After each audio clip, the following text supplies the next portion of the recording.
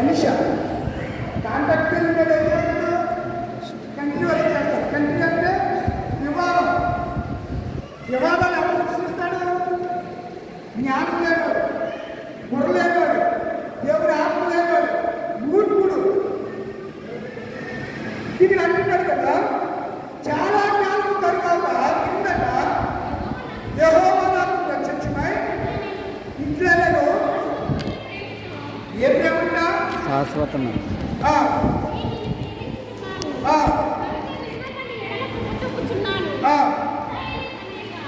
ఇశ్రాయేలు కన్యక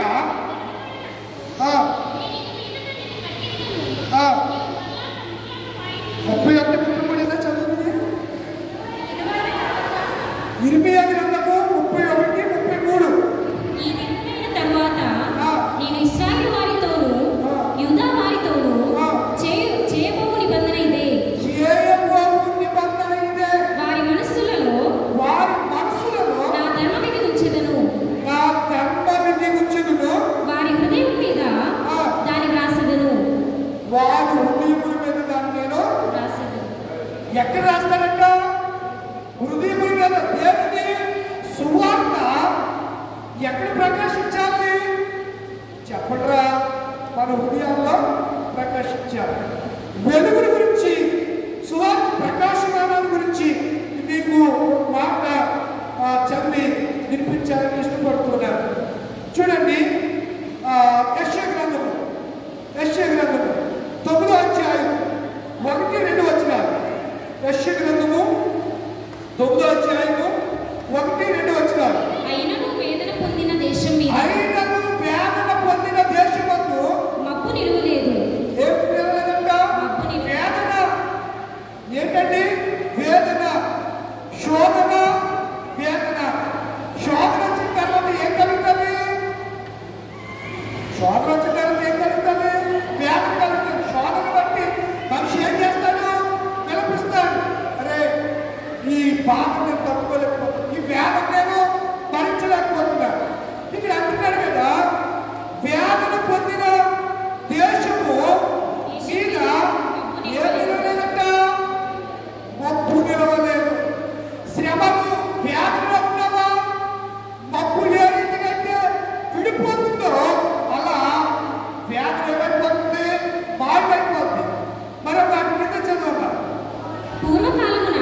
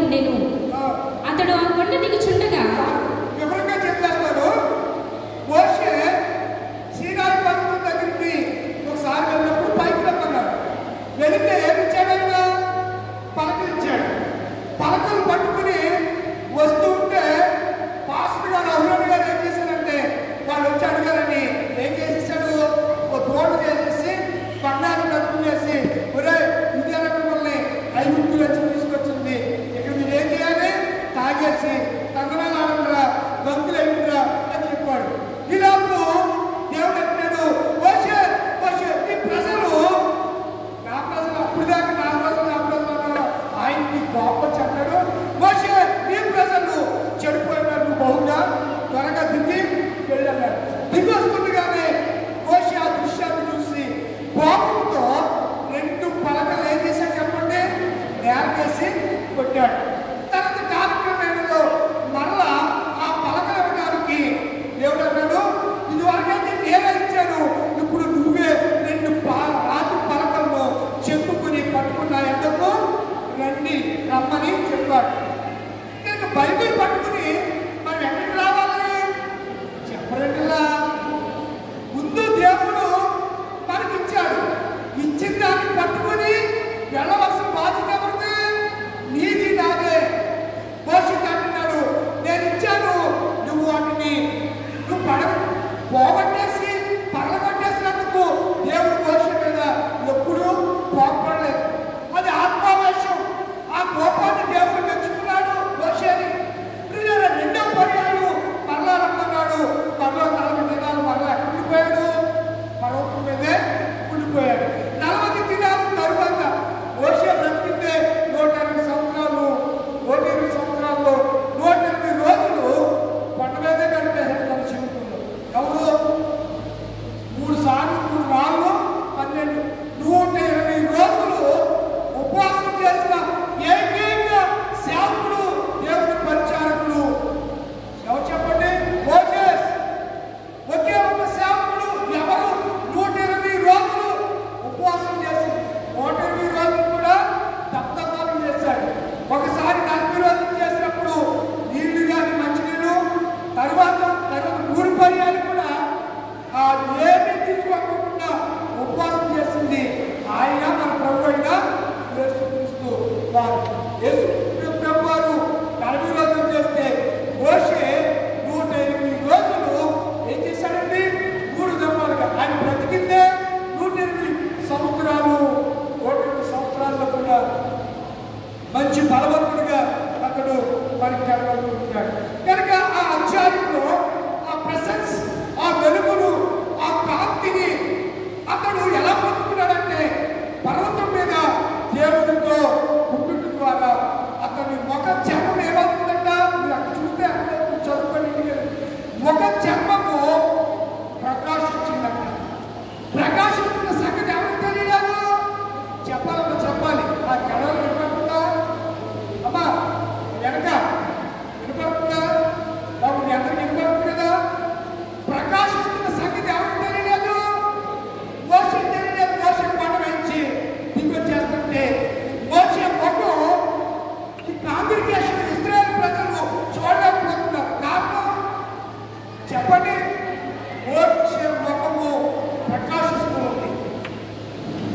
అదే రాశాడు ఈరోజు పత్రిక వాక్యంలో బైబిల్కు రాసినటువంటి 2వ పత్రిక 3వ అధ్యాయంలో మోషే ఆ ముఖము ప్రకాశించినందున ఇశ్రాయేలు తేరి చూడగా ప్రభువుని కాంక్షించగా మోషే తన ముఖం మీద ఏమేసుకున్నాడు? ముఖం మీద ఏమేసుకున్నాడు? ఫేస్ మీద ఏమేసుకున్నాడు? మిమ్మల్ని దేని మీద నేనేమన్నాడు? మిమ్మల్ని దేని మీద ఏమన్నాడు?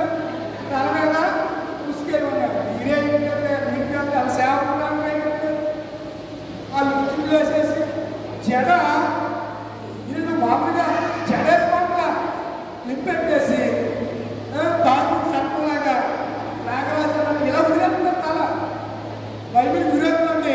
ఎవరైనా సరే ఏమనుకోకండి, అది వాక్యాన్ని ఉరేస్తుంది. మనం ఏం చేసినా దేవుని రాజ్యంలో ప్రవేశించడం. కనుక మోషే ముఖము ప్రకాశిస్తున్న కారణం చేత మోషే తన ముఖం మీద ఏం చేస్తున్నాడు? తర్వాత మహిమ తగ్గిపోయింది.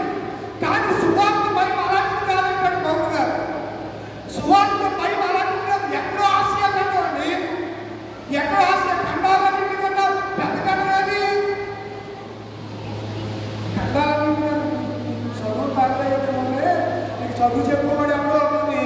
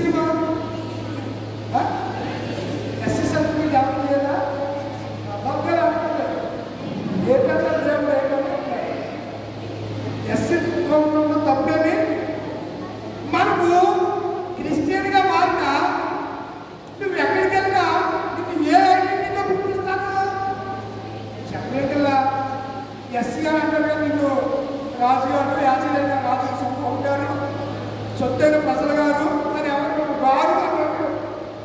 ఒక ఆంటీ మధ్యన ఒక ఆంటీ పాట మరియమ్మ అన్నందుకు అది కోపం వచ్చిందంట. ఏమన్నందుకు ఏమనాలి మరియమ్మ. మరి అయితే ఈయన అన్నాడంట మరియమ్మని మనం యాంత్రికంగా శ్వాసగా పిలుస్తూ ఉంటాం. మరి యేసు ప్రభుని యేసు అంటారు కదా మీరు, ఆవిడ అమ్మగారు అన్నప్పుడు నీకేమనాలి? యేసు గారు అని అన్నారు కదా, మీరు ఎందుకని యేసు గారు లేదు? అర్థమవుతుందా మీకు లాజిక్లో?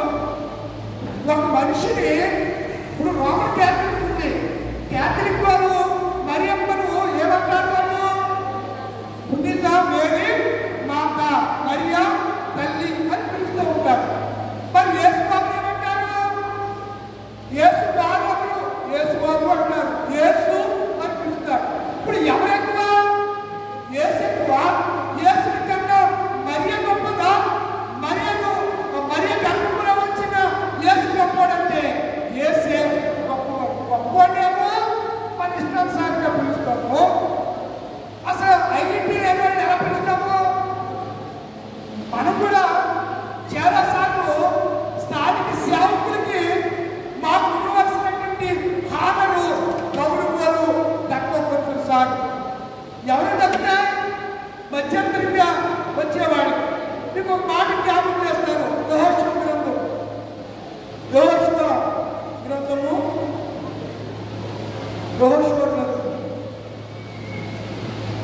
అద్భుతం చేయుమయ్యా నా జీవితంలో,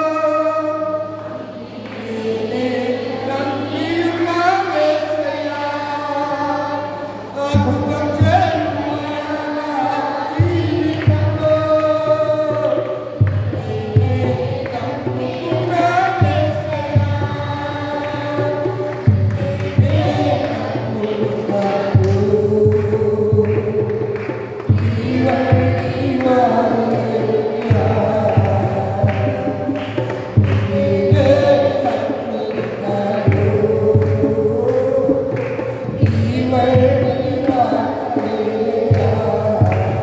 చూడండి, యెహోషువ గ్రంథము 4వ అధ్యాయము 14 వచనం. ఆ దినమున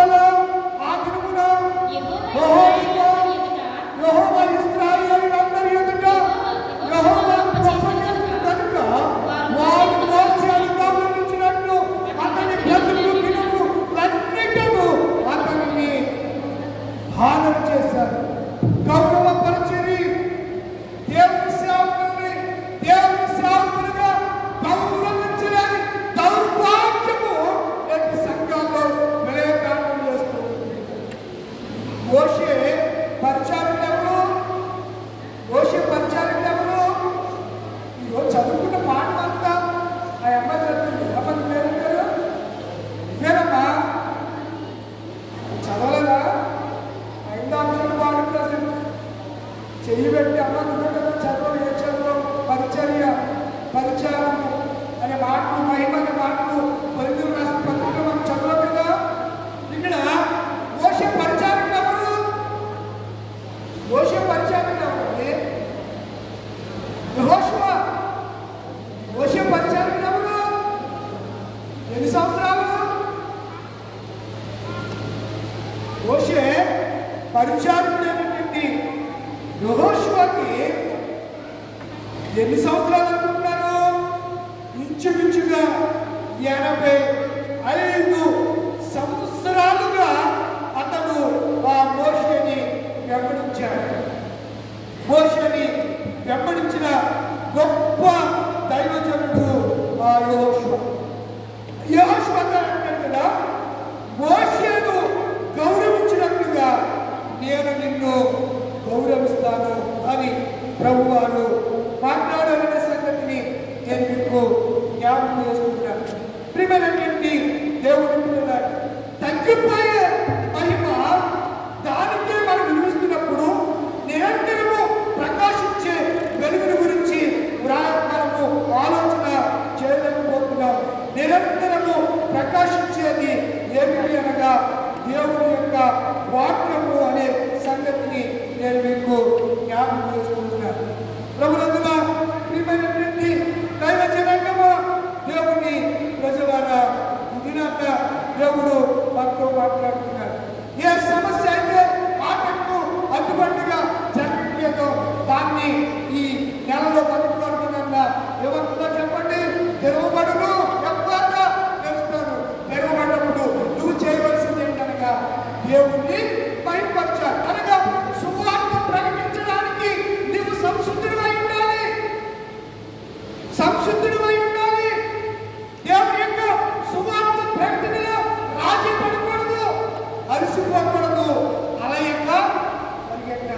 ఏం చేయాలి? వాళ్ళ యొక్క ప్రభు యేసు నా రక్షక కన్నులు నాకు నీయకాము నిన్ను చూడ ప్రభు యేసు నా రక్షక సగు కన్నులు నాకు నిన్ను చూడ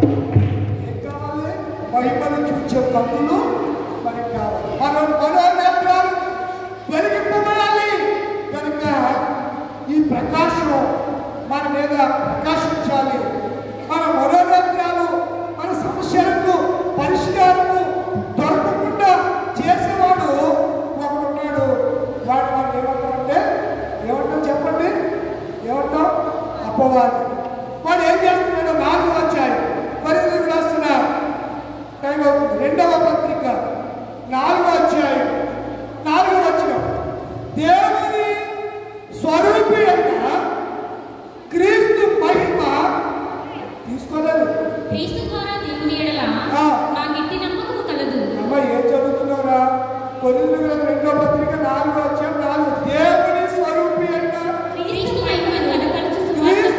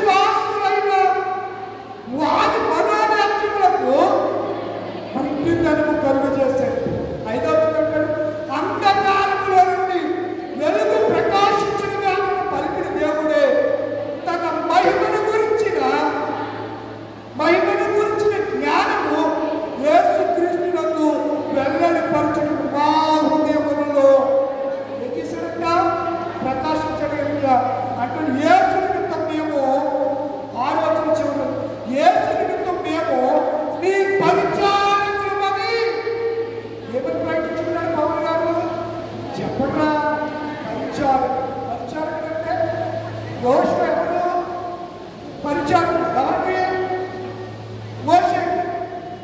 ఓషే దగ్గర యోషువ ఏం చేశాడు? పరిచారం చేశాడు.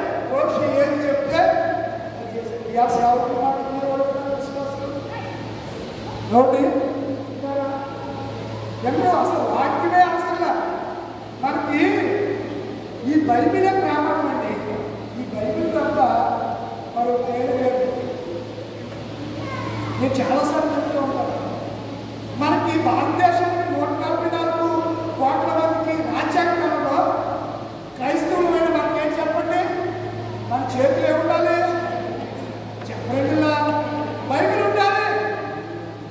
బైబిల్ మన చేతిలో ఉండాలి. బైబిల్ మనం చదవాలి. ఇప్పుడు మీరు కోర్టుకి వెళ్ళారనుకోండి, ఆర్టికల్స్ అంటారు. ఏమంటారు? ఆర్టికల్స్ అంటారు. ఆర్టికల్ సెక్షన్స్ ఉంటాయి. అటెంటివ్ మర్డర్, ఈ ఆస్తి దొంగిలి చేసిన దొంగతనానికి శిక్షలు, ఇవన్నీ కూడా దివ్యోపదేశానికి ఉన్న శిక్షా స్థితులు భారతదేశంలో అత్యున్నతమైన రాజ్యాంగంలో రాయబడిన శిక్షా స్థితులన్నీ కూడా బైబిల్లో నుంచే కాపీ కొట్టారు. బైబిల్లో పాటిస్తున్న దేశాలు ఐర్లాండ్, కెనడా, అమెరికా, అలాగే బ్రిటిష్, ఈ వాళ్ళందరూ కూడా బైబిల్ చూసి రాజ్యాంగాన్ని వారు రచించుకుంటే, అదే బైబిల్లో రాయబడిన రాజ్యాంగాన్ని ఇతర దేశాల్లో నుంచి సేకరించి మన దళిత దేవుడు ఆయన పిలువబడుతున్న వ్యక్తి బాబాసాహెబ్ అంబేద్కర్ ఏం చేశారు చెప్పండి? రాజ్యాంగాన్ని తయారు చేశారు. 18 నెలల 3 మాసాల్లో భారత రాజ్యాంగం వ్రాయబడింది. 18 నెలల 3 మాసాలు వ్రాయబడి 1942 జనవరి 21వ తారీఖున రాజ్యాంగం ఎందుకు వచ్చింది? అమలుకు. మనం ఎప్పుడైతే మార్పు పొందుతామో నాటి నుంచి నేటి వరకు మనం కట్టె కాలం వరకు ఈ కట్టెను విడిచి ప్రభు చెంతకు వెళ్ళే వరకు దేనికి మనం లోబడి ఉండాలి? చెప్పండిలా నువ్వు రాజ్యాంగానికి లోబడి మనం ఉండకుండా తీసుకెళ్ళి ఎప్పుడు ఎక్కబడ్డారు. అందులో సమస్య కాదు. మొరాయితే కుదరదు, తాగేసి దుర్భాషలాడితే కుదరదు. నాకు అంటుంది కదా, నాకు కంటుంది కదా అని చేస్తే కొంత బెటాలియన్ వచ్చి తీసుకెళ్ళి ఏం చేస్తారు? ఎరగబడి చేస్తారు. మామూలు మంది జరిగి మిథున్ రెడ్డి లాంటి ఈ ఆంధ్ర రాష్ట్రంలో పెద్దిరెడ్డి మిథున్ రెడ్డి మరియు పెద్దిరెడ్డి గారి రామచంద్ర రెడ్డి కొడుకు మిథున్ రెడ్డిని రాజమండ్రి సెంటర్ జైల్లో వేసేశారు. అవరుందాలకి కానీ రాజ్యాంగం లోబడే పరిధిలో తీసుకెళ్ళి ఎట్లేశారు? వేశారా? ఎందుకు విషయాలంటే నేను రాజకీయ కోరుకుంటున్నాను కాదు. మనకి బైబిల్ కూడా అలాంటిదే. బైబిల్ కూడా అలాంటి. ఈరోజు బైబిల్ చూడలేకపోతున్నాం. అద్భుతాలు మన జీవితంలో జరగట్లేదు. కార్పెంటర్గా ఇంకా మన హృదయాలు లూదియా వారి హృదయాలు తెరవలేదు. లూదియా హృదయాన్ని ఎవరు తెచ్చాడు? చెప్పండిలా ఎవరు తెచ్చాడు? దేవుడే తెచ్చాడు. కనుక పౌరుడు చెప్పిన మాటలేదా రేపించింది లక్ష్యం. ఇప్పుడు చెవుడు అది ఏ చెప్పులు ముగింపు వచ్చాడు? ఏ చెప్పు దానికి చెవుడు అంటే సౌండింగ్ లేదు. నత్తివాడు మాట్లాడతాడు కానీ నత్తివాడు మాట్లాడాలి కదంటే అర్థం. నత్తివాడు ఏది కూడా స్పష్టంగా మాట్లాడు. చెవుడు నత్తిగలిగిన వారిని ఆయన సంఘంలో నుంచి ఆయన సమాజంలో నుంచి కొంచెం దూరంగా తీసుకెళ్ళాడంట. ఇంకా బైబిల్ అలాగే ఉంటుంది. చదవలేదు. బైబిల్ తీసుకెళ్ళి ఆయన 2 ఏళ్ళు ఎక్కడ పెట్టాడు? చెప్పండిలా అమ్మా ఏంటి మోసేసా కాసేపు అయిపోయాక రాత్రి నీ వెంట చూస్తారు అలా. మీరు వాక్యాన్ని వినేటప్పుడు 1:40 నిమిషాలు ఉంటుంది అంతే. వినేటప్పుడు చాలా ఏకాగ్రతగా ఉంటారు. దేవుడు ఎక్కడ ఉంటాడు తీసుకున్న తర్వాత నేను సౌమ్యంగా చెప్తున్నాను. వినే మనసులు ఉన్నాయి. మీ ఎంత ప్రేమ కలిగి మిత్రులపై ప్రేమ కలిగి విషయం చెప్తున్నాను. చెవుడు మెత్తి కలిగిన వాడు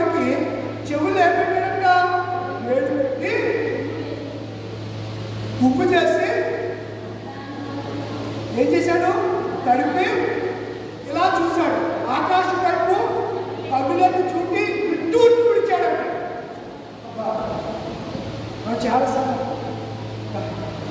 ఏంటి పరిస్థితి మాట్లాడుకుంటుంది అలా నిట్టూరు గురించి ఎవ్వగా అన్నాడు. ఏమన్నాడు అంటే మాటకు అర్థమేంటి?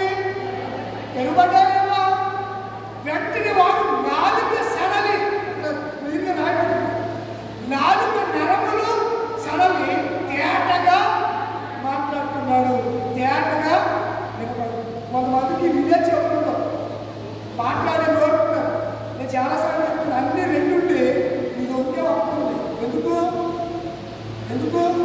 చెప్పండి? రెండు రోజులు ఉంటే అసలు ఒక్క రోజు కంటే దబాయించాను తప్పలాగా. ఇంకా రెండు రోజులు ఉంటే ఇంకా పరిస్థితి ఏంటి? అమ్మా నిజమే కదా, ఒక్క రోజు కంటే కలిగి అంటున్నాం. మేము డామినేషన్ చేస్తూ ఉంటాం, మాటగారు చూపిస్తూ ఉంటాం. అసలు రెండు రోజులు ఉంటే మన పరిస్థితి ఏంటి? అయ్యిపోయి సంఘం మొత్తం టాపు పెచ్చులూడి పని ఎక్కడికి పోతే అంతే.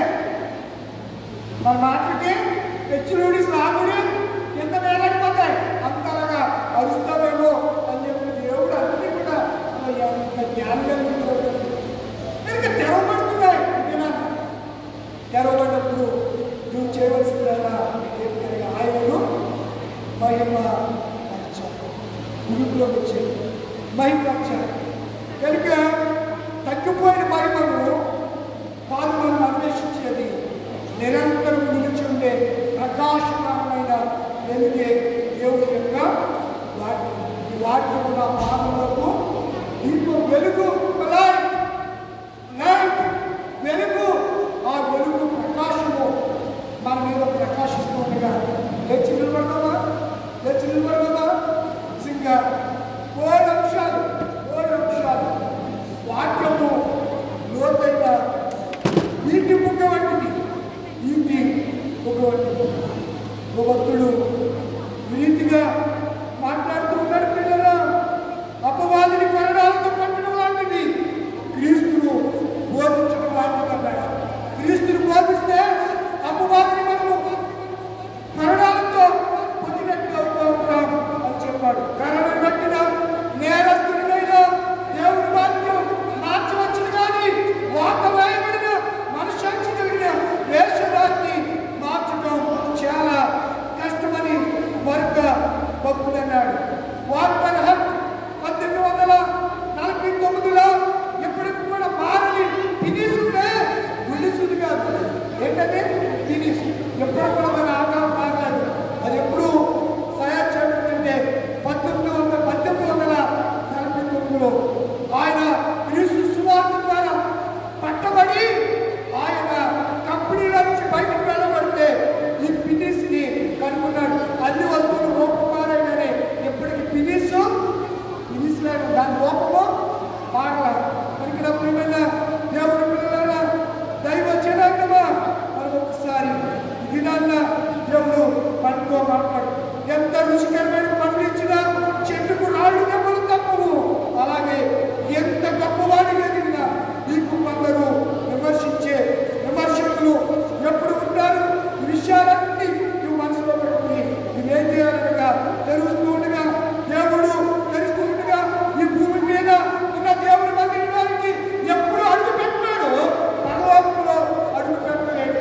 భూమి మీద ఉన్న ఈ పరమూడి ఈ యొక్క ఊరిలో ఉన్నటువంటి ఈ నూతన సంఘములానికి పండగకో అమావాస్యకో పౌర్ణానికో వచ్చి అడుగు పెడతాం కాదు. నువ్వు ఎప్పుడు దేవుడి మందిరానికి రావాలి. మీరు అంటున్నాడు భక్తులు మాట భూమి మీద ఉన్న దేవుడి మందిరంలో అడుగు పెట్టలేదు. నీవు పరలోక మందిరంలో ఎలా అడుగు పెట్టగలవు?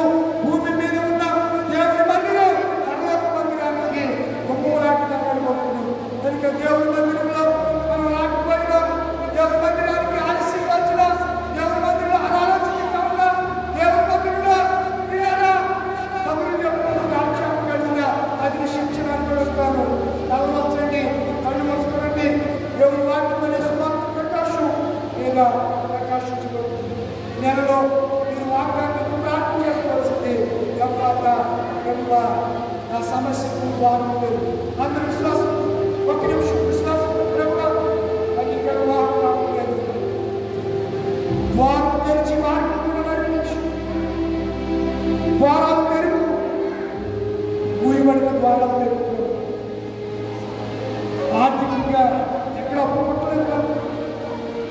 వడ్డీలు కట్టలేకపోతున్నాను. ఈ రుణబాధలు నా కష్టాలు చేతులంతా అప్పులు చేశాను. వారం తిరుగునైనా మార్పుకు సాధించే ఇశ్రాయేలీయులకి ఎర్ర సముద్రంలో 6 నెలలు నడిపించావు కదయ్యా. బండ నుండి నీళ్ళు ఇచ్చావు కదా ప్రభా. నా జీవితంలో ఒక్క అద్భుతం చేయగా విశ్వాసం అమ్మా కడుపుకుని అడగండి అడిగితే ఇచ్చే ప్రభా. నా హృదయ ద్వారా నా సమస్య ఇదినైనా వారు తెరిచి సమస్యకు పరిష్కారం అనుగ్రహించు. నేను నమ్ముకుంటున్నట్టు ఏమైనా చేయగలరు కథ మొత్తం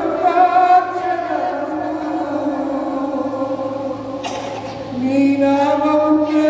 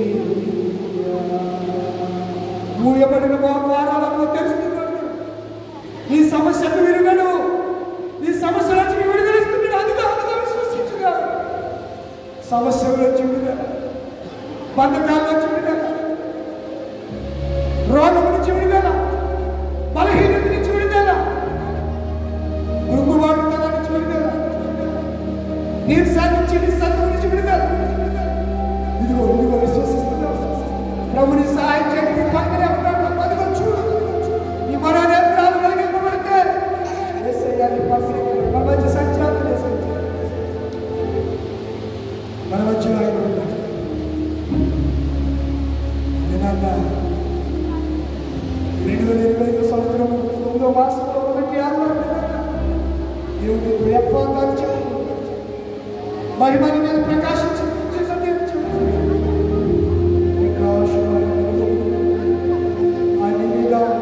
ప్రకాశింపజేస్తుంది. ఆయన ముఖ కాంతిలో పరిశుద్ధుడిగా చేసి అద్భుత కార్యాలు జీవితంలో చేస్తూ ప్రార్థన చేస్తూ పరిశుద్ధ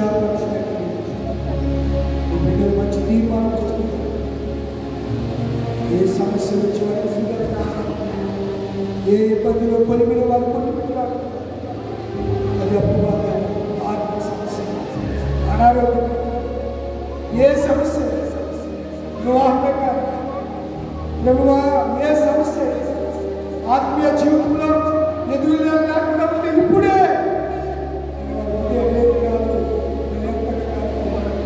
తీర్మానం చేసుకుంటే ఈ నెలలో ఒక అద్భుతమైన కార్యం చేస్తాం. మన నెల చివరికి రాదు వారికి సాక్ష్యం కలిగిన వాడికి మహిమ సమస్త జ్ఞానం ఇచ్చిన దేవుని సమాధానం యేసుక్రీస్తు వాళ్ళకు హృదయంలో తరపులు కావాలని కాక ఆమేన్. దేవా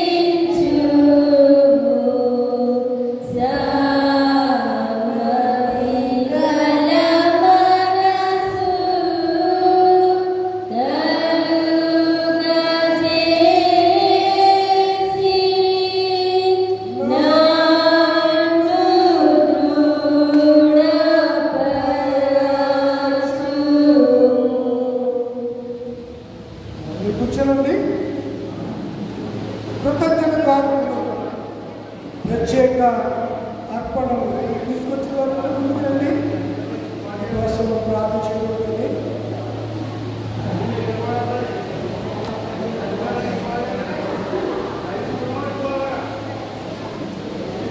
గోడపాటి పెద్ద లక్ష్మీకాంత్ గారు, పుచ్చకాయల శాంతకుమారి గారు, వారి కుటుంబాన్ని, నేతాల శారద గారి కుటుంబాన్ని, పిడకాల నేతల గారి కుటుంబాన్ని, మార్కొండ దయామణి గారి కుటుంబాన్ని, పుచ్చకాయల వాణిజ్య గారి కుటుంబాన్ని, షేక్ అల్కోట్ గారి కుటుంబాన్ని, గోడపాటి దామోదర్ రాజు గారి కుటుంబాన్ని, కర్తాక యూడియం గారి కుటుంబాన్ని, మాండ్రు నవమణి గారి కుటుంబాన్ని, డి అవమ్మ గారు పెద్దాళం అవమ్మ గారి కుటుంబాన్ని, పిడకాల కుమార్ గారి మోజేస్ గారి వారి కుటుంబాన్ని, అలాగే పార్పతి సావ్య పుట్టినరోజు రేపు ప్రార్థన చేయమన్నారు. ప్రార్థన చేద్దాం. నూతన సంవత్సరం అనే దయతీర్థాన్ని సహోదరి ఎస్తేరు తన భర్త తను ప్రేమించినటువంటి కుమార్తె రేపు పుట్టినరోజు ప్రార్థన చేద్దాం. పొరపాటి శ్యామల పాపది పుట్టినరోజు నూతన సంవత్సరం అనే దయతీర్థం పొందిన పాపకు ప్రార్థన చేద్దాం. పొరపాటి థామస్ గారి కుటుంబాన్ని, బేతాళ ఇస్మాయిల్ గారు ఈ కుటుంబాలన్నింటినీ, అలాగే పిట్ట వినీల గారి కుటుంబాన్ని, వీరందరి కుటుంబాన్ని